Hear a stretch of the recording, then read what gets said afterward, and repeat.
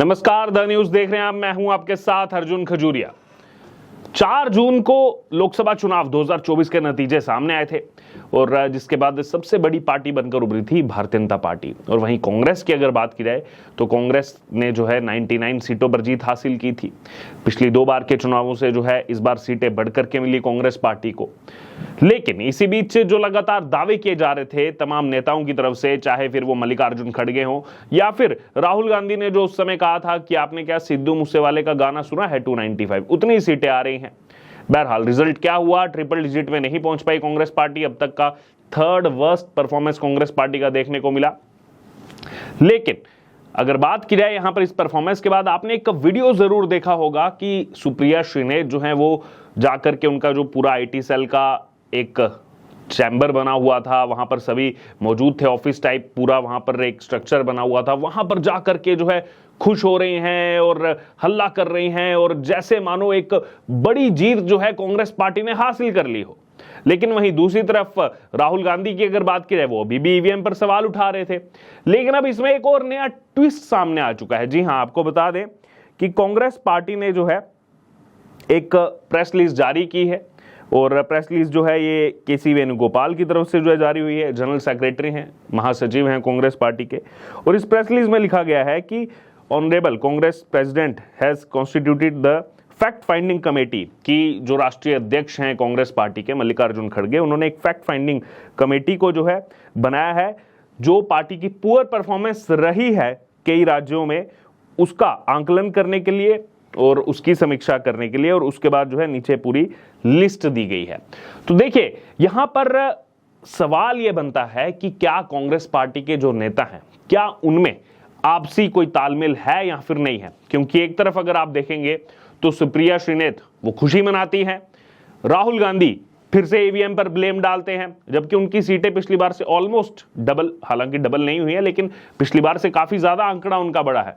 फिर केसी वेणुगोपाल जो हैं वो यहां पर फैक्ट फाइंडिंग कमेटी का प्रेस रिलीज जारी करते हैं कि कुछ स्टेट्स में जो परफॉर्मेंस हमारी खराब रही उसके लिए उसके आंकलन के लिए टीम बनाई गई है। तो यानी कि आप एक्सेप्ट भी कर रहे हैं कि जी हां, पोर परफॉर्मेंस रही है, कांग्रेस पार्टी वो जनता तक मैसेज नहीं पहुंचा पाई। और जो स्टेट्स इसमें है, मध्य प्रदेश में जिम्मेदारी दी गई है पृथ्वीराज चौहान को, सप्तगिरी इलाका को जिग्नेश मेवानी को जिम्मेदारी दी गई है, 3 लोगों को, 3 कांग्रेस के नेताओं को। मध्य प्रदेश 29 की 29 सीटों पर कांग्रेस पार्टी हार गई, हालांकि 28 पर लड़ी थी। और उसमें से भी अगर बात की जाए तो एक तो कैंडिडेट ही उन्होंने विड्रॉल कर लिया था, एक सीट वो सपा के लिए छोड़ी गई थी। लेकिन परफॉर्मेंस 0। उम्मीद थी कि वहां से इनके जो कई सारे कार्यकर्ता डाल रहे थे कि 10 से 15 सीटें वहां पर जीतेंगे। फिर छत्तीसगढ़ के लिए भी एक टीम बनाई है इन्होंने, उसमें वीरप्पा मोइली और हरीश चौधरी को डाला गया है। छत्तीसगढ़ में 11 में से 10 सीटों पर हार मिली है और एक ही सीट वो कांग्रेस के पक्ष में गई है। फिर उड़ीसा के लिए टीम बनाई गई है जिसमें अजय माकन और तारिक अनवर को डाला गया है। उड़ीसा में 21 में से केवल 1 सीट पर जीत प्राप्त हुई है, ओनली 1। फिर दिल्ली, उत्तराखंड और हिमाचल प्रदेश के लिए टीम बनाई गई है जिसमें पीएल पुनिया और रजनी पाटिल को डाला गया है। दिल्ली में भी पूरा सफाया हो गया यहाँ पर विपक्षी अलायंस का, 7-0 से क्लीन स्वीप किया बीजेपी ने। उत्तराखंड में भी 5-0 से क्लीन स्वीप किया और हिमाचल प्रदेश में भी 4-0 से बीजेपी ने क्लीन स्वीप किया। यहाँ पर खाता ही नहीं खुल पाया विपक्ष का। जबकि अगर बात की दिल्ली में तो गठबंधन था, वो भी यहाँ की सत्ताधारी आम आदमी पार्टी के साथ। कर्नाटका, वहां भी कुछ परफॉर्मेंस देखने को नहीं मिली क्योंकि वहां पर तो राज्य सरकार है, उसके बावजूद बीजेपी जेडीएस ने इतने अच्छे वहां पर नंबर 2/3 वहां से एमपी जीत के आए हैं। वहां के लिए 3 नाम रखे गए हैं फैक्ट फाइंडिंग कमेटी के लिए। हिबी एडेन का नाम है, गौरव गोगोई का नाम है, मधुसूदन मिस्त्री का नाम है। और तेलंगाना से अगर बात की जाए, वहां भी अभी कांग्रेस की सरकार बनी, लेकिन वहां से भी जो आंकड़े निकल करके सामने आए रिजल्ट के बाद, वो कहीं ना कहीं कांग्रेस पार्टी के लिए सही नहीं थे। तो वहां के लिए पीजे कुरियन, परगत सिंह और रकीबुल हसन हुसैन को यहां पर जिम्मेदारी दी गई। अब देखिए, पिछले 15 से 16 दिन की अगर बात की जाए तो कांग्रेस पार्टी के जो वरिष्ठतम नेता हैं, सबका अलग अलग यहां पर वो आंकलन देखने को मिल रहा है। सबसे पहले जैसे मैंने बात की वो रिजल्ट वाले दिन की, तो उस दिन तो जश्न मन रहा था कांग्रेस पार्टी के दफ्तर में कि मानो उन्होंने ही जीत प्राप्त कर लिया, जबकि उनकी 99 सीट्स हैं और बीजेपी की 240, डबल से भी ज्यादा। लेकिन जीत उनके दफ्तर में थी। शायद उनको उम्मीद यही थी कि इसी के आसपास सीट्स रहेंगी, इसीलिए देखिए वो जश्न भी मना रहे थे। और सुप्रिया श्रीनेत वो तो अलग ही तरह का जो है वो जोश पूरा जो है वो उनका नजर आ रहा था। और वहीं दूसरी तरफ अगर बात करेंगे, अभी फैक्ट फाइंडिंग कमेटी जो है बना ली गई है। राहुल गांधी की बात करें तो वो कह रहे हैं कि ईवीएम जो है ब्लैक बॉक्स की तरह है। स्टेटमेंट उन्होंने दिया है, ये ब्लैक बॉक्स की तरह है, यहां पर जो है इसको देख नहीं सकते हैं। लेकिन ये नहीं देखेंगे कि इसी ईवीएम से चुनाव हुआ, इसी ईवीएम से जो है आपने हाल ही में अगर बात की तेलंगाना में सरकार बनाई, पिछले साल कर्नाटक में सरकार बनाई, और अभी भी आपके 53 से 99 एमपीज हो गए।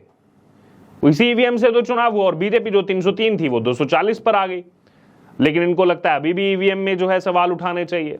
तो कहीं ना कहीं ये दर्शाता है कि आखिरकार कांग्रेस पार्टी में जो है वो हर एक नेता वो अपना अलग ही जो है यहां पर मंथन का फॉर्मूला लेकर के चल रहा है।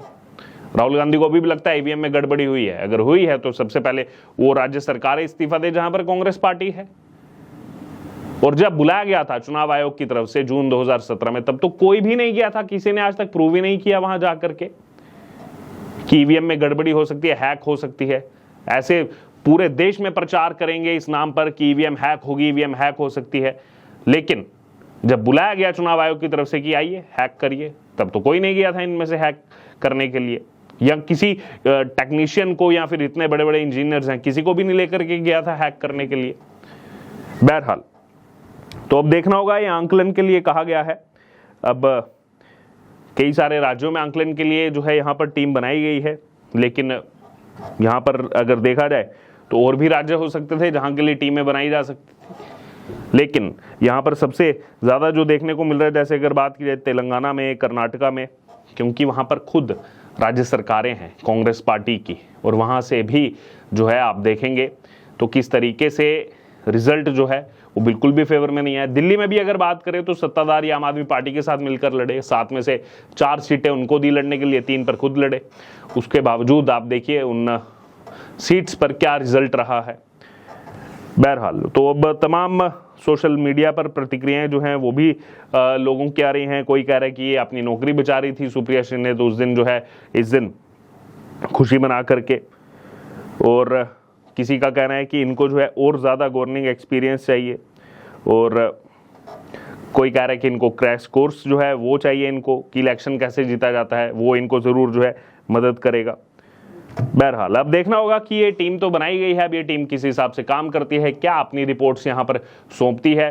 क्योंकि सबसे ज़्यादा अगर कहीं से बुरे आंकड़े जो है इनके लिए आए वो मध्य प्रदेश से है, जहाँ 29 सीटें थी और सब पर जो है क्लीन स्वीप बीजेपी का हुआ, एक भी सीट कांग्रेस के पक्ष में नहीं गई, और मार्जिन भी वहां पर अच्छा खासा मार्जिन देखने को मिला है। बहरहाल अब क्या लगता है आपको, क्या राय है आपकी कि ये जो कांग्रेस के तमाम नेता अलग अलग चीजों को लेकर के सामने चल रहे हैं, क्या ये पार्टी के लिए सही है या फिर सही नहीं है? आपकी इस पर क्या राय है, आप इसको किस तरीके देखते हैं? आप जरूर हमारे से कमेंट बॉक्स में शेयर करें और बने रहें द न्यूज़ के साथ। धन्यवाद।